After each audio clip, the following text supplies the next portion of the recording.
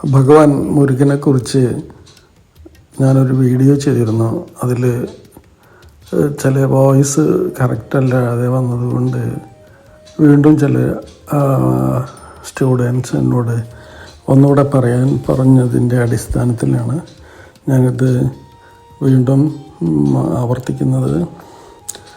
ഭഗവാൻ മുരുകൻ കാർത്തികേയൻ ഒരു യുദ്ധദേവൻ മാത്രമായിട്ട് കരുതരുത്. അദ്ദേഹം ജ്ഞാനത്തിൻ്റെയും ധൈര്യത്തിൻ്റെയും ആത്മശക്തിയുടെയും ദൈവമാണ്.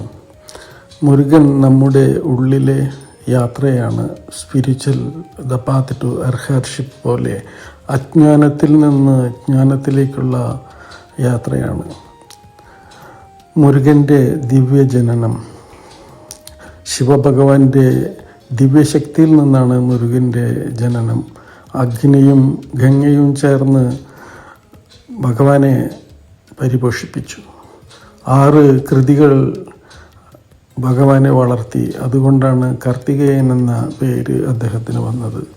ശുദ്ധിയും ശാസനയും ഒന്നിച്ചാൽ മാത്രമാണ് ആത്മശക്തി ഉണ്ടാകുന്നത് എന്ന് നമുക്കറിയാമല്ലോ.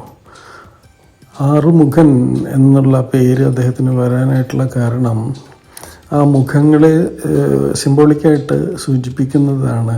ഒന്ന് ഭയരഹിതമായ മുഖമാണ്, അഹങ്കാരം നശിപ്പിക്കുന്നതിൻ്റെ ഭാഗമാണ് വേറൊരു മുഖം. മറ്റൊന്ന് ബുദ്ധിയുടെയാണ്, പിന്നെ ഇന്ദ്രിയങ്ങളെ നിയന്ത്രണാതീതമാക്കുന്നതിൻ്റെ, കരുണയുടെ, പരമമായ ജ്ഞാനത്തിൻ്റെ. ഇവ 6 ചക്രങ്ങളുടെ സംരക്ഷകനായി മുരുകനെ കാണിക്കുന്നു.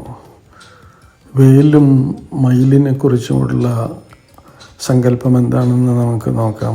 മയിലിലിരിക്കുന്ന മുരുക ഭഗവാൻ അഹങ്കാരത്തെയും മോഹത്തെയും ജയിച്ചവനാണ്. മയിലിലിരിക്കുന്ന എന്ന് പറഞ്ഞാൽ അതിൽ വേറെ ഒരർത്ഥം കൂടെ ഉള്ളത്, അദ്ദേഹം കുണ്ടലിനി ശക്തിയെ അതിജീവിക്കുക മീൻസ് കുണ്ടലിനി അദ്ദേഹത്തിൽ പരമമായി ഉണർന്നതാണ്. കൃഷ്ണ ഭഗവാൻ കളന്തി നദിയിലെ കാളിയൻ സർപ്പത്തിൻ്റെ മുകളിൽ നൃത്തം ചവിട്ടുന്നത് നമുക്കറിയാമല്ലോ. അദ്ദേഹത്തിൽ 7 ലെയറുള്ള കുണ്ടലിനി ഉണർന്നു എന്നതിൻ്റെ അർത്ഥമായാണ് അത് സങ്കല്പികമായി പറയുന്നത്.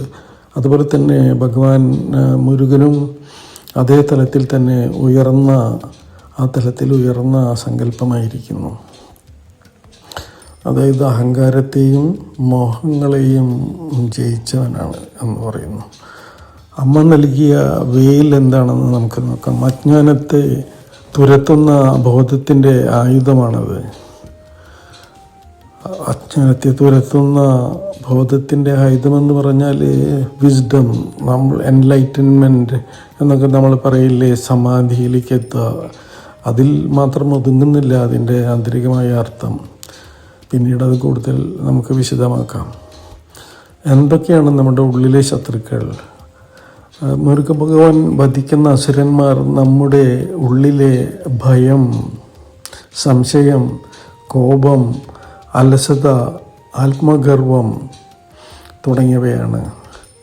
മുരുക ഭഗവാന്റെ മനസ്സിൻ്റെയും ആത്മാവിൻ്റെയും ദൈവവുമായി ഭഗവാനെ നാം കാണുന്നു. മുരുക ഭഗവാൻ നൽകുന്നത് എന്താണെന്ന് നോക്കാം. ശാരീരികമായ ശക്തി നൽകുന്നു, മാനസികമായ ധൈര്യം തരുന്നു, ബുദ്ധിയുടെ ജ്ഞാനത്തിൻ്റെ വ്യക്തത, ആത്മീയമായ വളർച്ച, ഇവയെല്ലാം ഭഗവാനിൽ നിന്നും ലഭ്യമാകുന്ന ശക്തികളാണ്. അതിനാലാണ് വിദ്യാർത്ഥികളും ചികിത്സകരും ആത്മസാധകരും മുരുകനെ ആരാധിക്കുന്നത്. പഴനി മുരുകനെ കുറിച്ചുള്ള സങ്കല്പം നമുക്ക് ആലോചിക്കാം. പഴനിയിൽ മുരുകൻ സന്യാസിയായിട്ടാണ്. അദ്ദേഹത്തിൻ്റെ സന്ദേശം ഇങ്ങനെയാണ്: നീ അന്വേഷിക്കുന്നത് എല്ലാം നിനക്കുള്ളിലാണ്. ശബരിമല ശാസ്താവ് പറയുന്ന പോലെ, തത്വമസി എന്നതുപോലെ, നീ അന്വേഷിക്കുന്ന രത്നം നിൻ്റെ തന്നെ ഉള്ളിലാണ്. ഓം എന്ന മന്ത്രത്തിൻ്റെ അർത്ഥം ശിവഭഗവാനോട് പഠിപ്പിച്ച മുരുകൻ ഭഗവാൻ പറയുന്നു, പ്രായമല്ല ബോധമാണ് ഗുരുത്വമെന്ന്. അദ്ദേഹത്തിൻ്റെ ഒരു സന്ദേശത്തോടു കൂടി നമുക്കിത് ഈ ചെറിയ സന്ദേശം ഒരുപാട് പറയാനുണ്ട് അദ്ദേഹത്തെക്കുറിച്ച്. പക്ഷെ നമുക്ക് ഇവിടെ അവസാനിപ്പിക്കാം. മുരുക ഭഗവാൻ പ്രശ്നങ്ങൾ മാറ്റുന്നില്ല, മറിച്ച് പ്രശ്നങ്ങളെ നേരിടാൻ നമ്മെ പരിശീലിപ്പിക്കുന്നു. മുരുക ഭഗവാൻ മുന്നിലുണ്ടെങ്കിൽ പിന്നീട് ഇരുട്ടിന് സ്ഥാനമില്ല. അതുതന്നെയാണ് അദ്ദേഹം ഒരു വലിയ മഹാഗുരുവിൻ്റെ സ്ഥാനം അലങ്കരിക്കുന്നു. Thank you. നമസ്തേ.